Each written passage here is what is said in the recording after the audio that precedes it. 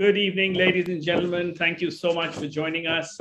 Such a pleasure having you here, Gautam, with us. I'd like to thank all the guests first. Thank you so much. You could have been doing anything else, but you chose to be here, which means you're really, here and interested in your own learning. And I hope, there's so much to learn from Gautam today, and let's get to him straight away. So Gautam, thank you once again. Thank you so much for coming in and joining us today. Thank you, Mudit. Thank you for inviting me. Okay, great. So we, I think the best way is, Gautam, they've all sort of read and seen you so often in the papers. Why don't you just tell us a little bit about your story and, how did you get to where you are today? So I'm an engineer by background from IIT Kanpur, and I am Calcutta. Post that, I got a job in a company in Bombay for 2 years. And then I spent my formative years, 22 years in 3M, where I met you and many other people, friends who are on this call today. And then for the last 8 years, I've been running Hinduja Hospital in Mumbai. So currently we have 2 hospitals in Mumbai. So I am the CEO of this hospital, and I am also on the board of a hospital in Bangalore. I am the chairman of FICCI's Health Services Committee for India. Also, I'm the president of Association of Hospitals of Mumbai. So how it has happened, I think 32 years of hard work, and hopefully in the next 45 minutes or 1 hour, we'll figure out how it happened. Even I will learn how it happened. No, always such a pleasure to hear you, Gautam. Always so humble. Despite having a blue-blooded background, it doesn't get better than IIT Kanpur and then the IIMs in India, at least. And, it's so great. But tell me, you've probably spent so much time across the world also, working in other countries. But, most people tend to look at success. Why don't you tell us, share a little bit about some failures that you might have experienced in life, would get hidden away, and what were your learnings? So, Mudit, to be honest with you, if somebody says they've not had any failures in 32 years of work life, they are lying. Obviously, there have been failures. So I'll give you an example. So, which is a little early in the career, and my team was trying to sell an equipment, and they were successful. And I didn't know much about the equipment, and I was told that the sale is done. You just need to come and shake hands, and the order is ours. So I went to shake hands from Bangalore to Delhi, and I flew just for 15-minute meeting, and with no papers, nothing. And I reached the conference room, and there are 15 people sitting in the conference room. For the next 45 minutes, they grilled me. Obviously, I lost the order. And then I learned that never go unprepared. Irrespective of what people tell you, unless you are prepared, nothing happens. So that's a learning, and it was a major loss at that time. The other thing I want to tell you is that once in the life, one of my key businesses had a lot of losses, probably the first time in the history of the business, it had losses. So, you feel dejected and you figure out what is to be done. But I think the key learning is that, okay, there are losses, there are bad times, but how do you come out of it? Then I embraced the other stakeholders, got Six Sigma processes going, changed some processes and redefined how the business is done. So the business turned around and, for the better. But I just want to tell the viewers, and there may be some youngsters here, that business is always in cycles. So there'll be some good times, there'll be some bad times, there'll be successes, there'll be failures. But the trick is to understand that the failure will teach you a learning. So you'll get a lesson out of it. And hopefully you don't make the same mistake again. So once you do that, over a period of time, hopefully your share of mistakes will reduce and you will be reasonably more successful. So that, I think, is yes. No, but so honest of you, to actually confess. Okay, great. So let's just begin with, when you're there for 32 years, right? I mean, to keep on at a task despite all failures, getting on, you really need to have some practices that, keep you going. So, for one, let's say, for example, is there some kind of a morning routine that you have? How do you get ready for work every day? This I learned pretty late in life, but now for the last decade or so, I've been following that routine, which is I try and never miss my health routine in the morning, whether it's a gym or a walk or whatever. So that is a given. And then follow it up with some meditation, maybe 4 or 5 times a week, and then go to work. So that is something which keeps me physically active, it keeps me mentally relaxed, and it keeps me, if I can say, it keeps my moral and ethical compass steady for the day. So I know how I manage the day. So that is something which I would not miss for anything. Yeah, I think that's a great learning for all those, who are on the journey. I think, like you said, you were honest enough to say you started, at a little later stage. But with the stresses of life that people have, and what they experience, it's such an important thing to have, some of these reflective practices, as well as keeping both physically and mentally. But you mentioned something very interesting there, that it allows you to keep your moral compass intact, right? These practices, which are more inward. So tell me a little bit, tell me a little bit about self leadership. This is all in that realm, right? Where you're able to find your own purpose, resilience, managing stress. What are your views on that? I think it's very important to firstly try and know yourself. I mean, you cannot know completely, but try and know yourself. So once you know who you are, then you need to really know what they say as true north. I mean, what's your true north? What's your real purpose in life? And sometimes it's not easy to find a purpose in life, and many of us take decades. And who knows whether we still know this is our correct purpose in life, but at least you need to know as of today what is your current purpose in life. And then the ability to learn from a mistake and bounce back, I think that is very critical. And that can happen only if you are if you have strength in your inner world. If you're strong, then you can bounce back. And the other key thing, Mudit, and you know it very well, is that for leaders, and especially at a senior level, it's very difficult for anybody else to motivate you. It is sometimes impossible that they will motivate you. So there is no external motivation for the person to work on a daily basis. So you need to have your self motivation, you need to have your self discipline to do what you do. And that can happen only from your inner practices. And I say this, that in the early stages of my career in the corporate world, it was not nice to talk about these esoteric things, and you never talked about inner world, and you never talked about inner practices.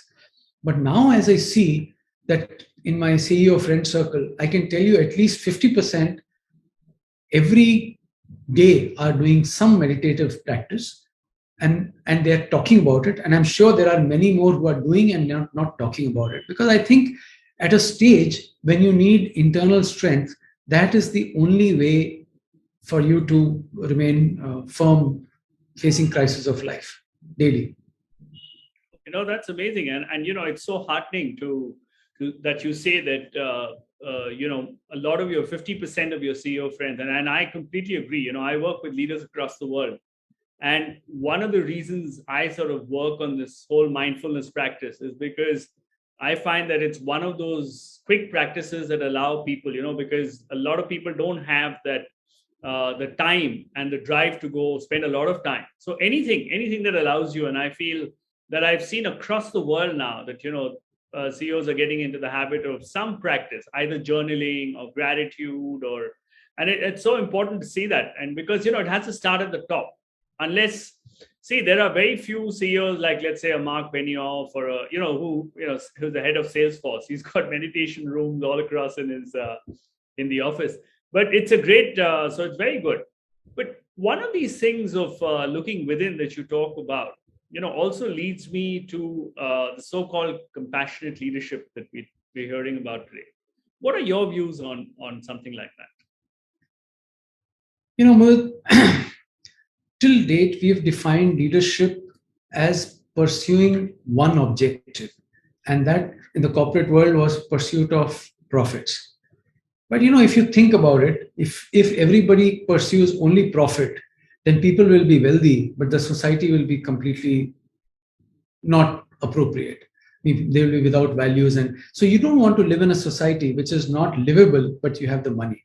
So that kind of thing. And the other thing is, in a in an organization, when you're working, there are multiple stakeholders. And now we talk about ESG, but there are stakeholders. There are employees. There are your customers, of course. There are your, the government and society and so on. They're important stakeholders. So you do not want to make profit at the cost of society. You do not want to make profit at the cost of employees.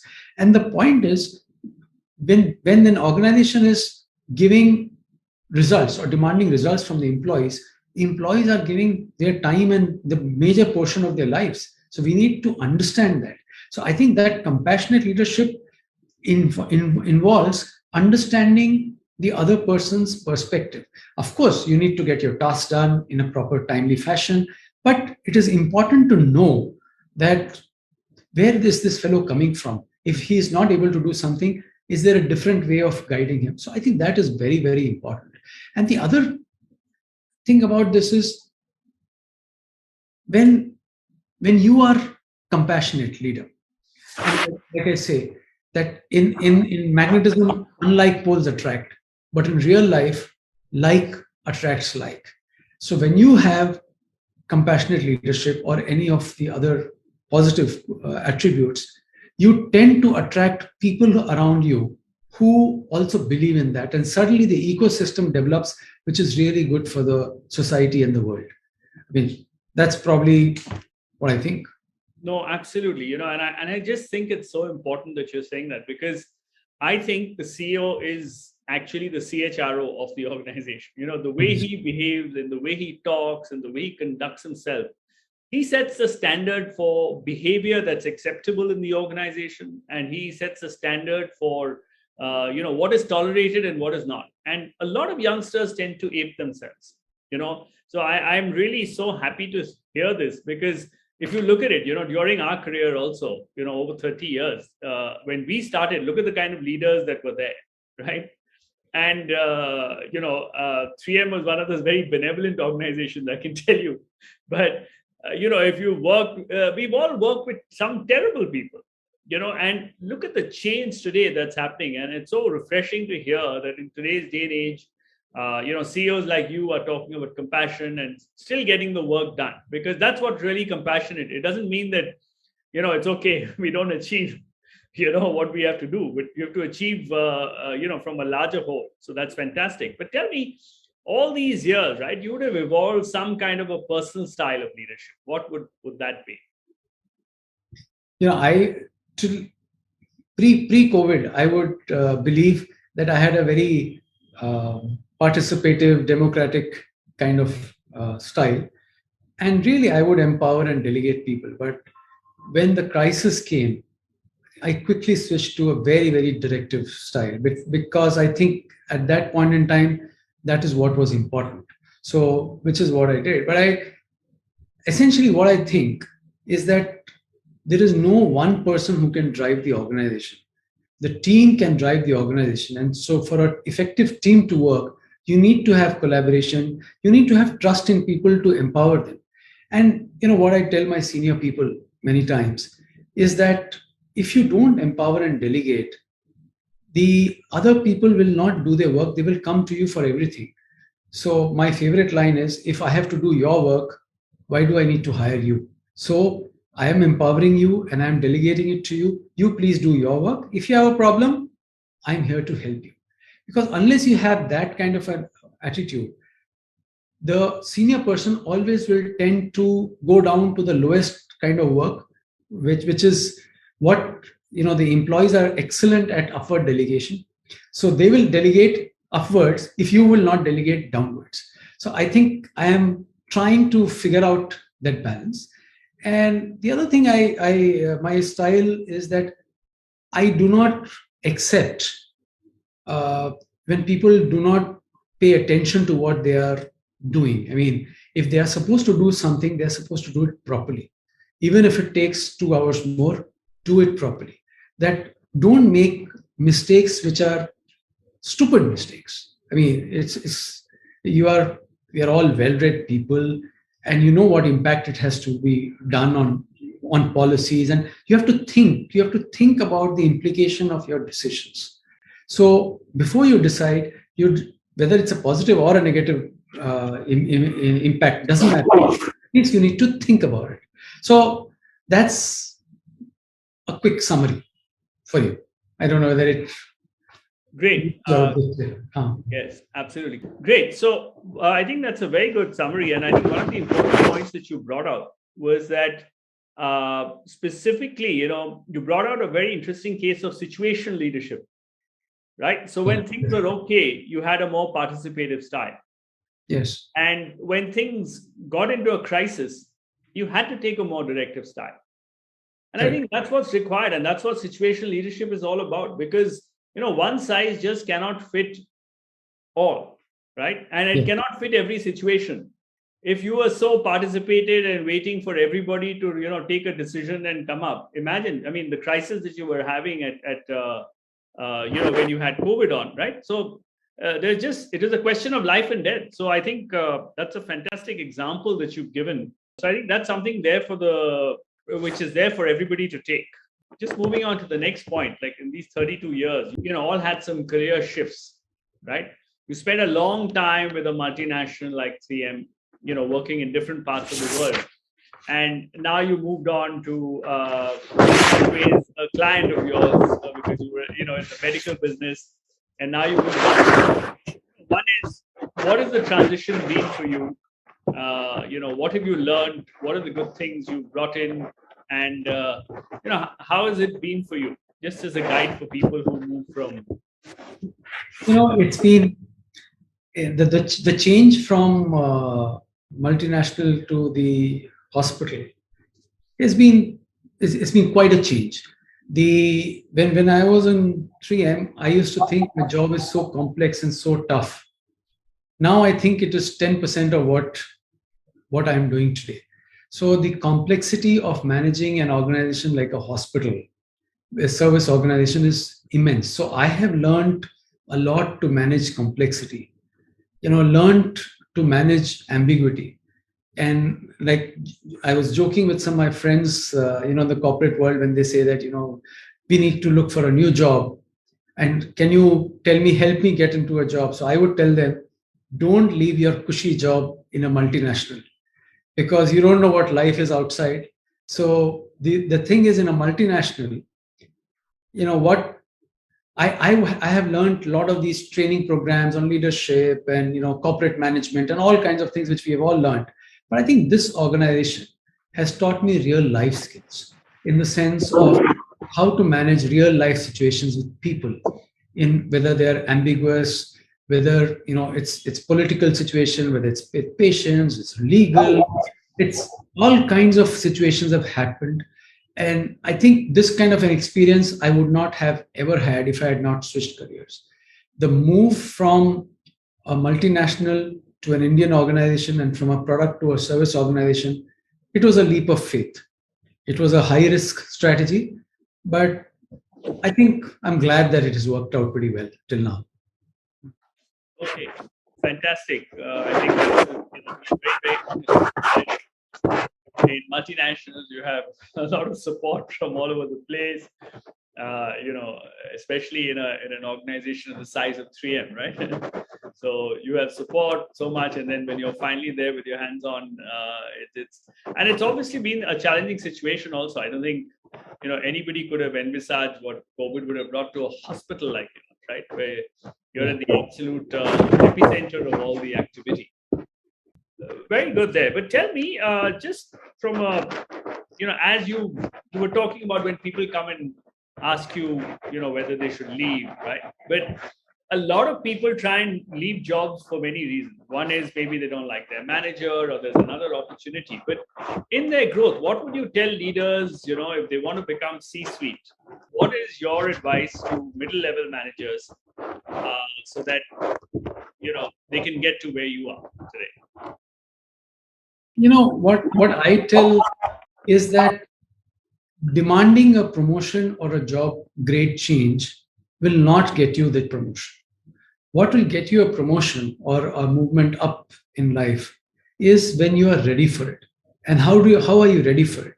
You are ready by improving your knowledge, your skills, your attitude. You have to show initiative and leadership in different areas. Even if you are not showing leadership in your work area, you're supposed to show that, but in addition you show in other related areas, because they have to understand that there is a formal and informal feedback going on all the time, and the person needs to focus on learning and doing the work properly and showing leadership. And once you are ready for a higher position, because you know how to execute flawlessly, you have the ability to inspire people, you can manage multiple stakeholders, seniors will take note, because they need somebody exactly with this. But if you come and say, I have been a great manager for the last 3 years, please promote me to general manager, God help you, it's not going to happen.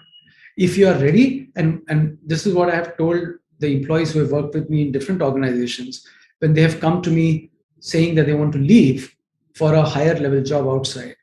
And sometimes I've told them, if you leave today, all the best to you, but I'm sure the other organization will not keep you, because I think you are not ready for it. And once you are ready for it, I can guarantee you that you will get a job, whether in your own organization or in some other organization of that level. So pyramid is getting shorter, but there is also a short list of people who are acquiring the skills. So if you can merge the two, the growth is guaranteed. So I think there's a ton of advice there, and one of the things that I sort of picked up was that you can't demand the job that's ahead of you. But if you do come up to if you build the right skill sets and you demonstrate this thing, then people will carry you there, because they also want somebody who's capable, who's not just is somebody who can lead, inspire, deliver, as well as manage the environment, right? And responsibility. So very well said there. I think there's a lot of learning for a lot of youngsters, who are in a terrible hurry. But it's great. But tell me, one of the other things is a lot of people come and say is that we work so hard, we're so technically skilled, but they're unable to communicate. What is your advice? Especially, you come from a techie land,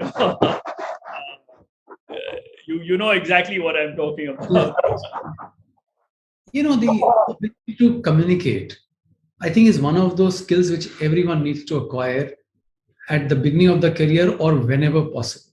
So the ability to communicate well verbally, the ability to present yourself properly, the ability to present your case, I think has to be very, very important. And these things are not natural.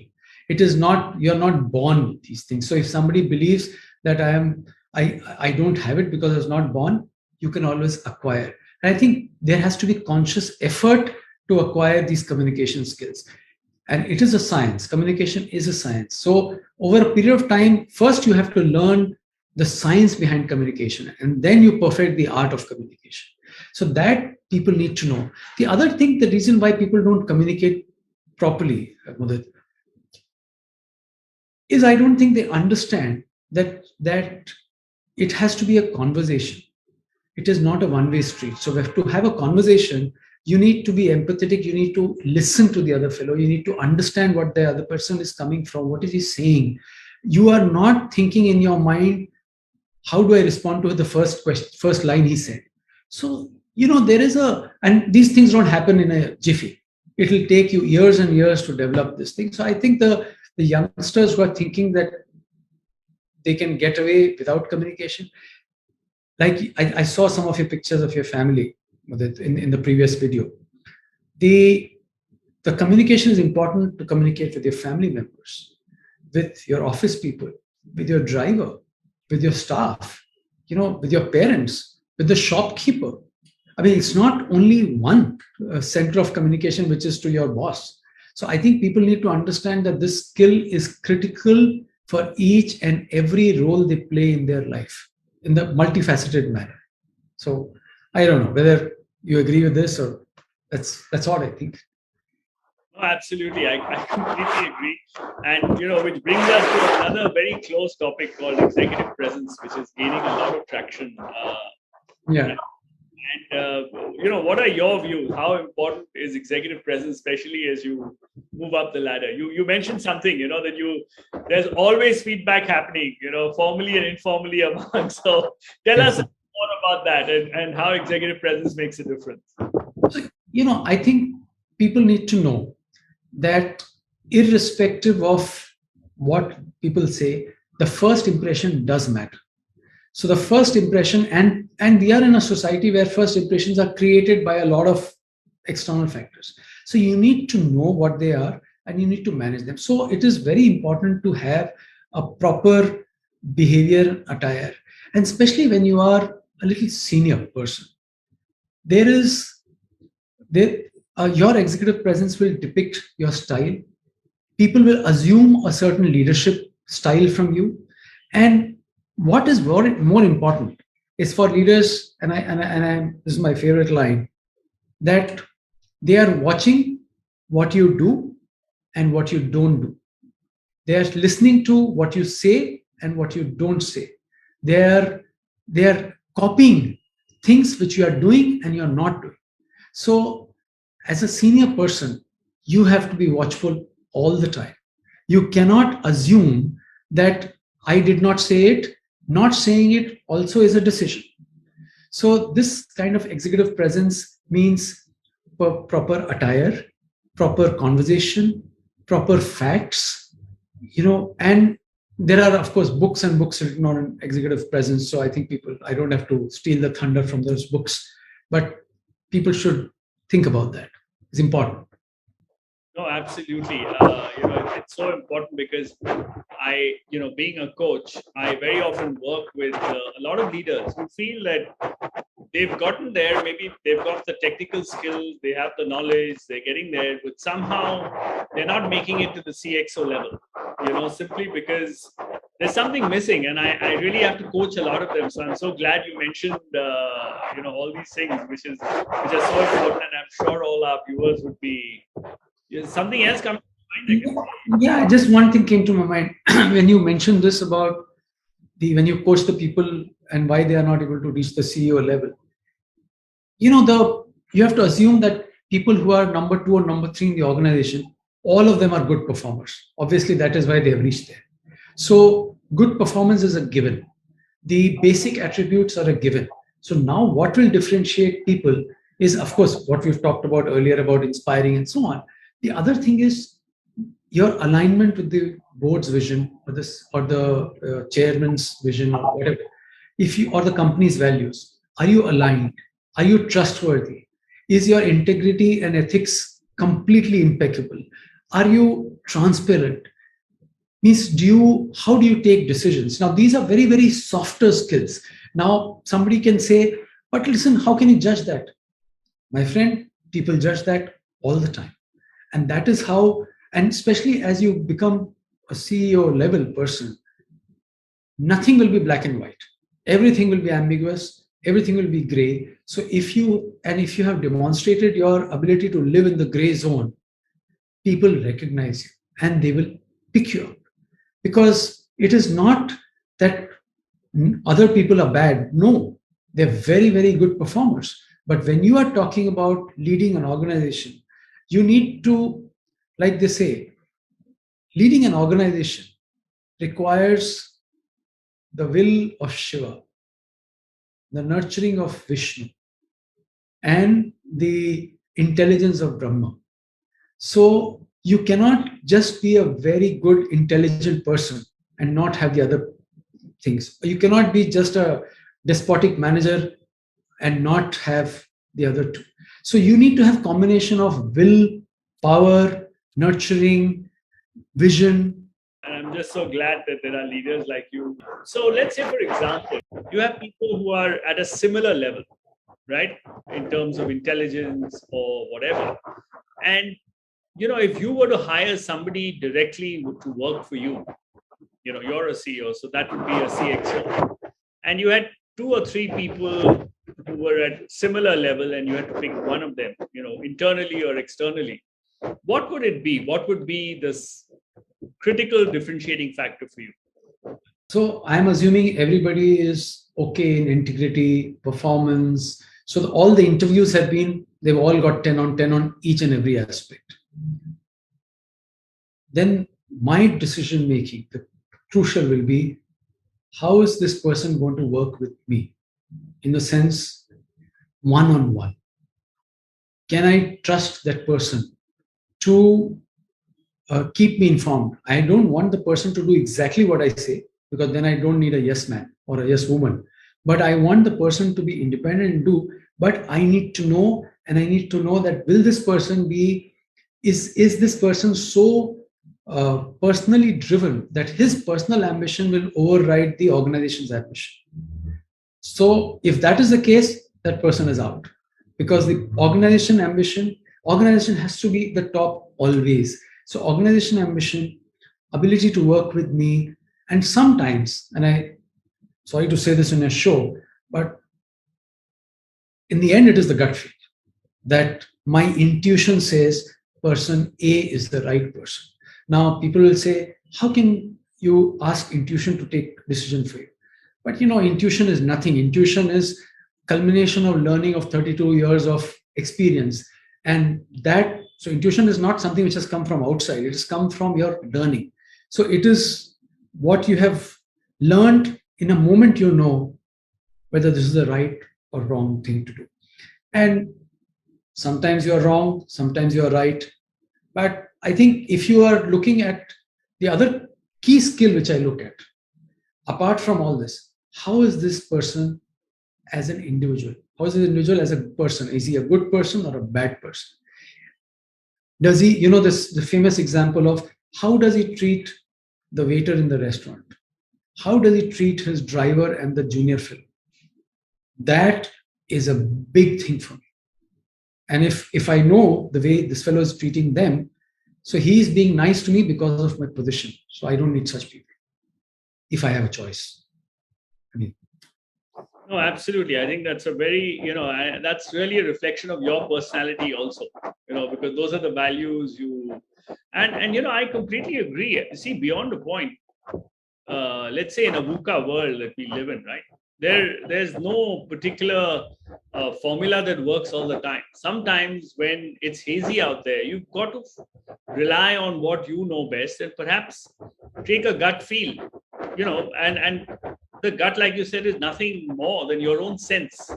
So if you're able to actually, rely and get deep within to your own sense, that's fantastic, because I think that's what essentially differentiates leaders from everybody else. Otherwise, you're a robo, right? You would just go by a particular programming. So and that's with the ability to stand by your decision. Sometimes your decision may be wrong, but then you need to have the courage to say, I took a call, sorry, it didn't work out. So you need to have that kind of self-esteem and the courage to stand by your decision. See, because the other thing which has happened now, like you mentioned, the VUCA world, earlier, people who were knowledgeable were valued. Today, knowledge is available. So this thing about that you're knowledgeable, anyone can acquire the knowledge within a few months. I mean, what did we know about COVID? Nothing. We learned it within a month from across the world. So knowledge is something which you of course you give it importance, but you give more importance to the ability of the person to learn, the individual attributes of the person, and his ambition and his desires. What are his values? What is driving his behavior? So those things become very, very important at a senior level. agree. I mean, I've been in the banking, as the head of a retail bank, and if I found that there was somebody who might have been very bright, but was a little slippery, because you're dealing with money, and I would never risk it, So I completely understand what you're saying, because at the end of the day, you can't be, as a CEO, you're not a watchman, right? You've got to let people get on with their lives and trust that they're going to take decisions, some of which may be right, some of them, may not go right. But so long as you have the heart and you're right in the right place, that's the way I would look at it. Absolutely. See, while you talked about so many areas, one thing is in terms of a lot of people just feel, trying to move to the next level. So it may not be, let's say, for example, a direct report that we talked about, like a CXO, but look at a mid-career manager. Somebody who aspires, somebody who's done probably 10 hours, 10 years of, work, and he wants to sort of move into the next level, right? What are the few things that you would want to tell somebody like that? Okay, let me put it this way. You know, we when we start a career, so we are all mostly individual performers. Then we get to manage a little bit of team, then we manage a larger team, then you become a guide, and then you start giving the vision.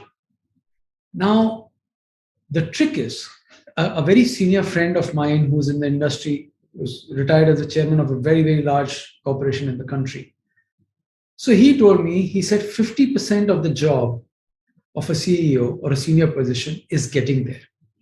50% is retaining the job and staying there for a long time. So, and many people are not able to stay there. So I think people need to understand that at different levels of their career, they need different skills. And if I can give you a formula, Mudit, it's, at the initial age, IQ is very critical because that's how we judge people whether they are knowledgeable and they can do the work. So IQ is some intelligence which is not book, but intelligence to do the work is the important IQ. After a while, EQ, and you talk a lot about EQ. So EQ means relationships, managing the network, managing teams, and so on. Then what I call as SQ. And SQ is spiritual quotient, and it can be different kinds of spirit, but here I am talking about spiritual quotient. That means not being religious, it means the ability to give a vision and guide people. And then the last thing is what is called HQ, health quotient, longevity. So you have all this, but if you are not able to, now you can switch between HQ and SQ, that is up to you. But the issue is you need to have all this. And as you want to move up, you need to figure out what is the stage of career you are in and what skills do you need to learn. And the other thing which many people don't realize in the start of their career is that for leaders, what is very, very important to be absolutely fair. They don't have to be friendly. They have to be fair as a boss. So that many people make a mistake. So these middle level managers sometimes think that being friendly substitutes for being fair and driving performance. So I think there is a little bit of a catch there. Second thing which they have to understand is when they are looking for a job change or a grade change or whatever, they need to think one step beyond that. Suppose I take Mudit's job today. When I am planning to leave from Mudit's job, will I ever get a job and what are the skills I need? So if you think one step ahead, your this change and this desire for change will probably be okay. And I don't have to say again and again, but there is the issue of self-motivation and self-discipline. And sometimes things will not happen the way you want it. You wanted to become a CEO after 15 years of WorkX because your friend has become, you will not become. You may become at 20, you may not become at 25, you may not become at all. It doesn't matter. What matters is how you grow as a person, how you're learning new things. And sometimes things are in your control, sometimes things are not in your control. And many times, as we have a long career, we realize there are things which have happened which have been very good for us. I don't know how it has happened. And things which have been very bad have happened despite all the efforts I've done. So sometimes you have to let go.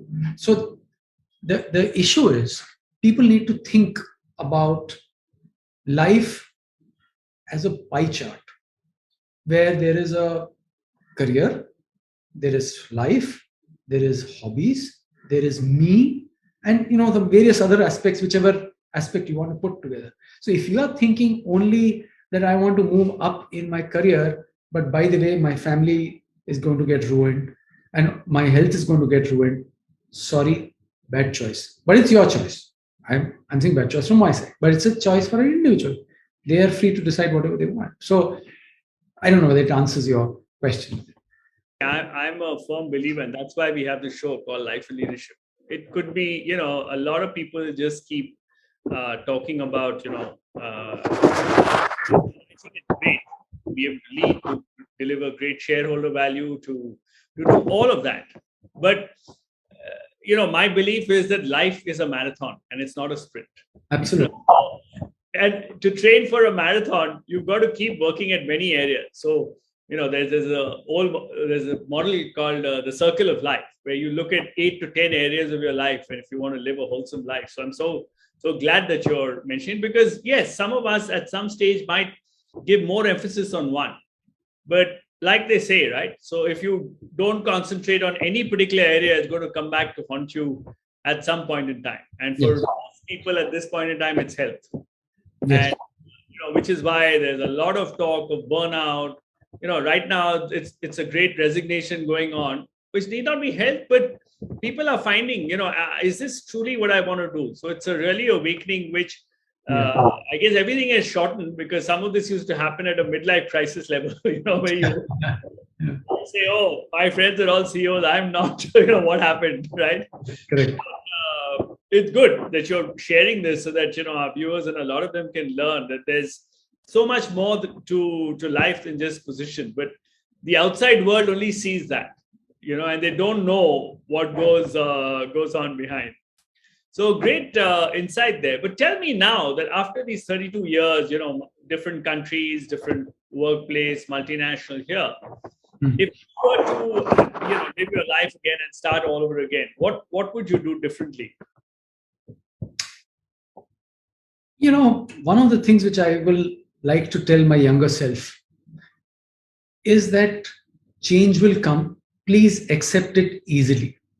I think as a younger self, I was resisting change in many aspects, whether in career and so on. And all the situations which have come, now I know that every situation has taught me something. So maybe I would have been a little more comfortable with the situations and the changes. So that's one. Second thing I think we missed out, and many of us have missed out, is that we did not devote enough time to develop our hobbies and our non-work life. I think if I had to do something differently, I would have focused a little more time in developing some hobby, maybe focusing more on health, maybe developing a little more work-life balance. Because I think we have gone, what, like you said, people see only the position, but what they don't see is that obviously all the people who are senior today, they have worked for whether 25 years, 30 years, 20 years.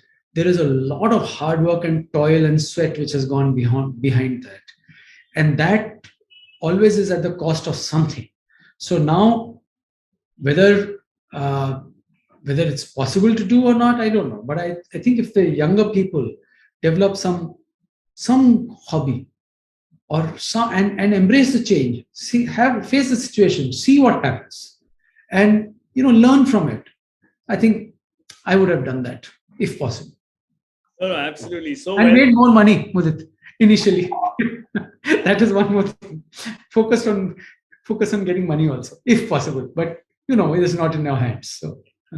Oh, but it's interesting. I don't know whether it's got something to do with our genes and our hormones, because I can look back at my younger self also and see that at some stage, we were all just in a hurry to get things done. So we were a lot more aggressive and a bit occasionally like a bull in a china shop in some situations. And but the beauty of life is that I think life teaches all of us. And this is really, like you said, this is looking back, right? Hindsight is always 2020. So I'm just so glad at people. But I think change also is, that maturity comes sometimes. It forces us to think inwards. We're not given, situations turn in some way that, despite whatever academic brilliance you may have had or whatever, the situation makes us, and I think that's part of the maturity process, which we at this stage of our life, when we look back. So those who are fortunate, who have that guidance, they're so lucky.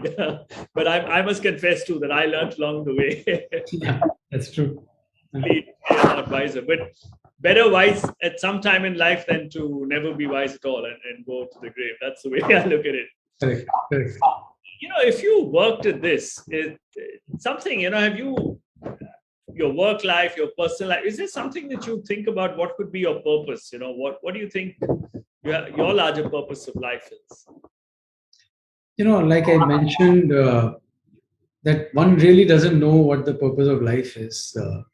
At some stage in life, you think your purpose of life is to make sure your company grows 10x. But as we move along, I don't know, maybe I'm doing this job. Maybe this is my purpose to to help the health ecosystem.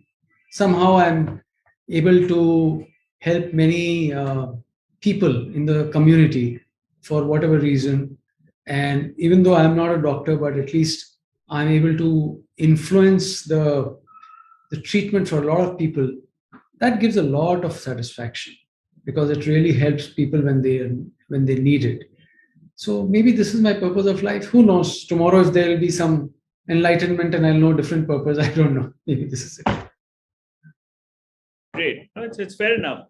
And what is it, if I was to just, as we come to the top of the hour, you've spent 32 years here. How would you like to spend the rest of your life? What would you do? So I want to continue to help people the way I'm doing in a hospital environment. And of course, if there are other ways to help, I would be at some point in time. These things, most people want to help, but most people do not get the opportunity and the appropriate way to help. So I don't know what opportunity I will get, but this is the opportunity I have today. So I'm going to continue helping people the way this is and see how life evolves. I mean, there is probably a little more runway left to figure out what I'll do later. I think that's very honest. And as we reach the 1 hour mark, I'll just ask you if there's any parting words that you give aspiring leaders on their way to the CXO role. Any last thoughts that might have come up? The last thoughts, if you say, is I think have the optimism that things will work out and focus on excellence, the famous dialogue of Three Idiots. So if you work on excellence, be an optimist, and of course hard work and delivering results are given. So if you do that, things will fall in place with a positive attitude, and don't underestimate this power of like attracts like. This is very, very powerful. So if somebody has to do this, they'll see some changes in life. So maybe I'll just stop here. Thank you, Mudit. Great. So thanks so much, Gautam, because I think there's a very good element that you've brought in of a certain optimism. Because there's a Harvard research also which says that those who see life as long and hard, don't live very long or don't have that enjoy life as much. But those who see life as short and easy, as in, it's okay, or even long and easy, it's okay. We're in for the long haul. And guess what? These things will happen. Because like they say, physical suffering is inevitable if you break a leg, right? But mental suffering or the true suffering, pain is inevitable. Suffering is up to you. Absolutely. Something, your perception of a situation that, especially for the careers, right? When you're, working 30 years, there's going to be bound to be ups and downs. So optimism. So, if I was to take something really away, it would be optimism, living a full life and, various other aspects to concentrate on, build your executive presence, be able to communicate, and of course, a sense of integrity and trustworthiness where CEOs like them could trust aspiring managers. Is there anything else that you want to add? Because these were my takeaways. No, I think that's fine. And there are some people on the call. I don't know if they have any separate views. We're happy to take them. You can unmute yourself now, or put them in the chat, whatever works for you. Thank you so much. It's been our honor actually to have Gautam here and speak to us. Yes, one thing I really liked about is being in this position. He's so humble and so down to earth. I can't say that he's only lending his helping hand to all of us. and his way of merging the SQ and the HQ is really appreciated. I could resonate so much. Thank you so much. Being in that position, may your hands be strengthened. This is the only thing I pray for you. Thank you so much. Thank you so much for your comments. Thank you so much. We need more leaders like him, to make this world a better place. So thanks so much for that, Suman. Thank you so much, Gautam. It's been such a pleasure having you here, and it's such an awesome interview. Thank you so much for your time. My pleasure, Mudit. Thank you so much, and thank you to everybody who joined. Thank you so much.